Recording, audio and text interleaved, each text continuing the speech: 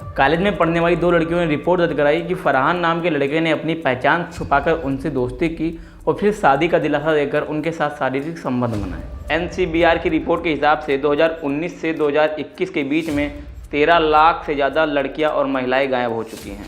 कई सारे मामलों में ये देखा गया कि कुछ लड़कियों के प्राइवेट वीडियो बनाए जाते हैं और फिर उन्हीं वीडियो के आधार पर उनसे धर्म परिवर्तन और शादी के दबाव बनाए जाते हैं। नमस्कार दोस्तों, मैं हूं सौरभ, बहुत बहुत स्वागत करता हूं एक और नए वीडियो में। आज हम एक ऐसे मुद्दे पे बात करेंगे जिसे राजनीतिक भाषा में प्रोपेगेंडा बताया जाता है। लव जिहाद एक ऐसा टर्म जिसे 2009 में केरल के हाई कोर्ट के एक केस की सुनवाई में पहली बार लाया गया। उसके बाद इसको देश के भीतर और विश्व मीडिया में कॉन्स्पिरेसी थ्योरी या प्रोपेगेंडा बता दिया गया। और अगर विकिपीडिया पर जाकर आज भी आप इसे देखेंगे तो वहाँ पर भी इसे प्रोपेगेंडा ही बताया गया है। लेकिन 2009 से लेकर 2025 तक के बीच में लव जिहाद के कई सारे मामले आ चुके हैं और कई सारे लोगों ने इस पे आवाज़ भी उठाई है, मगर उन्हें राइट विंग एक्सट्रीमिस्ट या कट्टर हिंदू बोलकर इस मुद्दे को नज़रअंदाज कर दिया गया। आज हम जानेंगे लव जिहाद क्या होता है। आप इसे लव जिहाद कहें या ग्रूमिंग गैंग कहें या लव फिनोमेना। जैसे ही भारत में इसे लव जिहाद के नाम से जाना जाता है, वैसे यूएस और यूरोप में इसे ग्रूमिंग गैंग या लवर बॉय फिनोमेना के नाम से जाना जाता है। और इसमें ये होता है, एक सुनियोजित योजना के तहत कई सारे मुसलमान लड़के गैर मुसलमान लड़कियों से दोस्ती करते हैं या प्यार करते हैं या अपनी पहचान छुपाते हैं। इन सब को झूठ बोलकर वो आपसे दोस्ती करेंगे, प्यार करेंगे और फिर आपसे धीरे धीरे करके शारीरिक संबंध बनाएंगे और फिर आपसे शादी करेंगे या और आपका प्राइवेट वीडियो बना लेंगे। प्राइवेट वीडियो बनाने के बाद आपको धर्म कन्वर्ट करने के लिए कहेंगे। अगर आप धर्म कन्वर्ट नहीं करेंगे तो वो आप पे शारीरिक शोषण करेंगे और जो आपका वीडियो है उसे सोशल मीडिया पे वायरल करने की धमकी देंगे। और कई सारे केसों में ये भी देखा गया है कि उन लड़कियों को हनीमून के लिए इराक, सीरिया या यमन जैसे देश में ले जाएंगे और फिर वहाँ पे जाके उन लड़कियों को भेज देंगे। और वहाँ पर उन लड़कियों के साथ क्या होता है ये आप कल्पना मात्र भी नहीं कर सकते। अब आपका ये सवाल निकल के आएगा कि ऐसा क्यों करते हैं। तो कई सारे मुल्लों मौलवियों द्वारा कराए जाते हैं, जिनके बहुत सारे बड़े बड़े गैंग होते हैं और फिर उन कुछ लड़कों को पकड़ा जाता है, जिनको पैसे दिए जाते हैं, बहुत सारी सुख सुविधाएं दी जाती हैं। ये मैं नहीं बोल रहा हूँ, इस आरोप में जो लड़के पकड़े गए हैं ये उनका बयान है और फिर उन्हें ये करने के लिए प्रेरित किया जाता है। अगर इसी मुद्दे पर बात की जाए तो बलरामपुर का एक लेटेस्ट केस निकल के आ रहा है, फखरुद्दीन और छांगुर बाबा।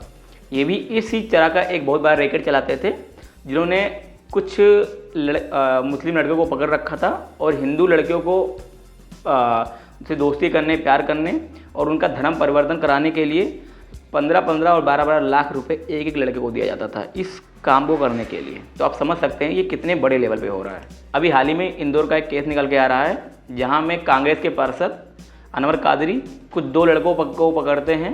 उन्हें बोलते हैं कि आप जाके हिंदू लड़कियों से दोस्ती कीजिए, उनको अपने प्रेम जाल में फंसाइए और फिर उनका धर्म परिवर्तन कीजिए।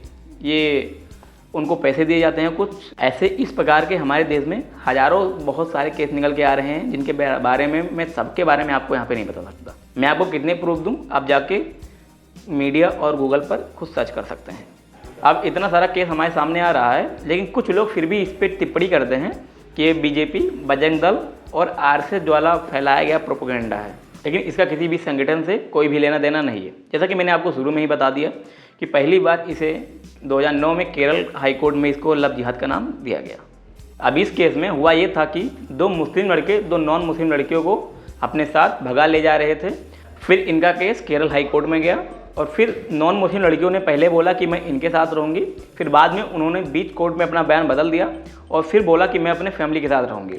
और फिर इस केस में जज ने पुलिस को पहली बार कहा कि लव जिहाद और रोमियो जिहाद में अपनी जांच को तीव्र करें। यह पहला मौका था जब कानूनी तौर पर लव जिहाद जैसे शब्द का प्रयोग हुआ। केरल का एक चर्च है, उसने भी इस पे कोर्ट का सपोर्ट किया और कहा कि 4000 से ज़्यादा लड़कियों का भी धर्म परिवर्तन कराया जा चुका है। अब बहुत सारे लोग इसको बोलेंगे कि ये प्रोपेगेंडा है और झूठ है। तो मैं आपसे एक ही सवाल पूछना चाहूँगा कि इन मामलों में ऐसे ही पैटर्न में ये केस क्यों निकल के आ रहे हैं, जहाँ सलीम को सोनू बनना पड़ता है, साहिल को अनिल बनना पड़ता है और फखरुद्दीन को अजय बनना पड़ता है। अभी राजस्थान का एक केस निकल के आ रहा है सामने, जहाँ पे 5 लड़कियों को लव जिहाद के मामले में फंसाया गया। और 10 लड़कों की गिरफ्तारी इस मामले में हो चुकी है। उनसे प्यार का झूठा नाटक करते थे, उनका यौन शोषण करते थे और उसके बाद में उनका प्राइवेट वीडियो बनाते थे और प्राइवेट वीडियो बनाने के बाद उनको दिखा के उनसे पैसे की मांग करते थे और अगर वो पैसे ना दें तो इस वीडियो को सोशल मीडिया पर अपलोड करने की धमकी देते थे और इसी वीडियो के आधार पर वो उनसे कलमा पढ़वाते थे और धर्म परिवर्तन करने के लिए प्रेशर डालते थे। अपराधी पकड़े गए, उन्होंने बताया कि इसके लिए उन्हें पैसे दिए जाते थे। शॉर्ट समाज की लड़कियों का धर्म परिवर्तन कराने के लिए 20 लाख रुपए दिए जाते थे और दलित समाज की लड़कियों का धर्म परिवर्तन कराने के लिए 10 लाख रुपए दिए जाते थे। ये केस जब सामने आया जब एक लड़की अपने घर से ही पैसे चुराते हुए पकड़ी जाती है। 2025 का भोपाल का एक केस निकल के सामने आता है जहाँ कॉलेज में पढ़ने वाली 2 लड़कियों ने केस दर्ज कराई कि फरहान नाम के लड़के ने अपना आधार छुपाकर उनसे दोस्ती की और फिर उनसे प्रेम किया। उसके बाद में उनसे शारीरिक संबंध बनाए, शादी का दूसरा दिलासा देकर उनकी प्राइवेट वीडियो बना ली और उसको सोशल मीडिया पर वायरल करने की धमकी दी और उनसे पैसे की डिमांड की, धर्म परिवर्तन का दबाव डाला। और फिर उसमें इस केस में ये भी पता चला पुलिस की जांच करने के बाद कि कई सारी लड़कियां थी जो कि नाबालिग थी और उनको नशीली पदार्थ खिलाए जाते थे। और इस केस में फरहान और साहिल नाम के लड़के की गिरफ्तारी हो चुकी है क्योंकि और लड़कियां नाबालिग थी, इसलिए उन पर पॉक्सो एक्ट की कार्रवाई चलाई जा रही है। एक घटना और निकल के आई 2025 की जो कि बिहार की थी और दूसरी घटना और थी 2025 की जो कि वेस्ट बंगाल की थी। ये मैं आपको वो केस बता पा रहा हूँ जो कि FIR दर्ज है, लेकिन ऐसे बहुत सारे केस हैं इन पे कोई कार्रवाई नहीं की गई, FIR दर्ज नहीं कराए गए। तो आप सोचिए कि इनका कितना बड़ा रैकेट चलता है, कितना बड़ा गैंग चलता है जो कि ये काम कर रहा है लव जिहाद का और कास्ट कन्वर्जन या फिर धर्म कन्वर्जन को लेकर बहुत बड़ा रैकेट चलाया जा रहा है। लेकिन इसमें गौर करने वाली बात यह है कि ये घटना अगर भारत में हो रही होती तो हम मान लेते कि ये BJP, RSS और बजरंग दल का फैला हुआ रैकेट है। लेकिन ऐसे बहुत सारे केस विदेश में भी निकल के आ रहे हैं, जैसे यूरोप, UK और बहुत सारे देश। 90 के दशक में UK का एक केस निकल के आ रहा है जहाँ पे सिटी रोताराम की 11 लड़कियों को किडनैप कर लिया जाता है, फिर उनके साथ शारीरिक संबंध मतलब उनका रेप किया जाता है, शारीरिक उत्पीड़न जैसी चीज़ें की जाती हैं। एक और केस सामने आया जब टेक केयर होम की लड़कियां गायब होने लगी तो वहाँ के मैनेजर ने रिपोर्ट दर्ज कराई और फिर पता चला कि टैक्सी ड्राइवर उन लड़कियों को वहाँ से ले जा रहे थे, अगवा कर रहे थे और वो जो ड्राइवर थे वो पाकिस्तान ओरिजिन के थे। ऐसे बहुत सारे केस सामने आए जहाँ पर अपराधियों के नाम तक बताए गए लेकिन उन पर कोई एक्शन नहीं लिया गया। ये तो मैं आपको कुछ केसेस बता रहा हूँ, लेकिन ऐसे हज़ारों केसेस हैं, ऐसे हज़ारों घटनाएं हैं जहाँ पे इन बच्चियों को फंसाया गया और उनके साथ लव जिहाद जैसी घटनाएं घटी।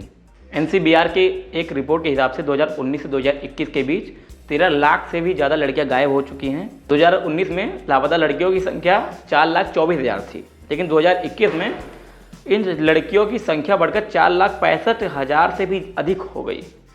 इसका मतलब हर दिन भारत में 1200 से ज़्यादा अधिक लड़कियां गायब होती हैं और हर घंटे 50 से अधिक लड़कियां।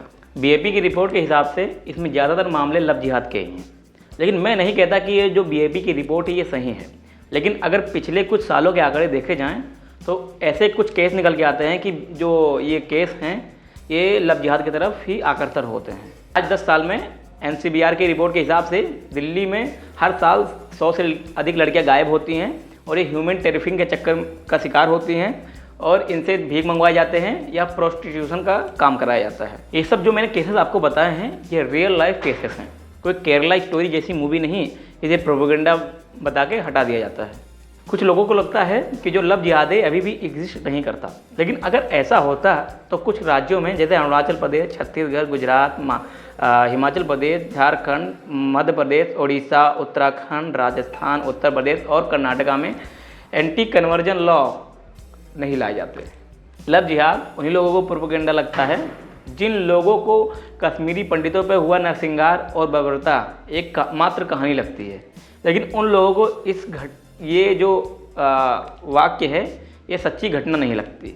लव जिहाद उन्हीं लोगों को प्रोपेगेंडा लगता है जिन्हें ये लगता है कि लाखों लोगों की जान लेने वाले आतंकवादी का कोई धर्म नहीं होता। मैं आपको अंतिम में एक ही संदेश देना चाहूँगा कि आप लव जिहाद के चक्कर में ना पड़ें, इससे कोसों दूर रहें, क्योंकि ये आपका घर आबाद नहीं बर्बाद करके रख देता है। आप इसके बारे में क्या सोचते हैं कमेंट सेक्शन में ज़रूर बताइए। कमेंट सेक्शन में अपनी राय ज़रूर लिखिएगा। तब तक के लिए जय हिंद, नमस्कार, जय श्री राम।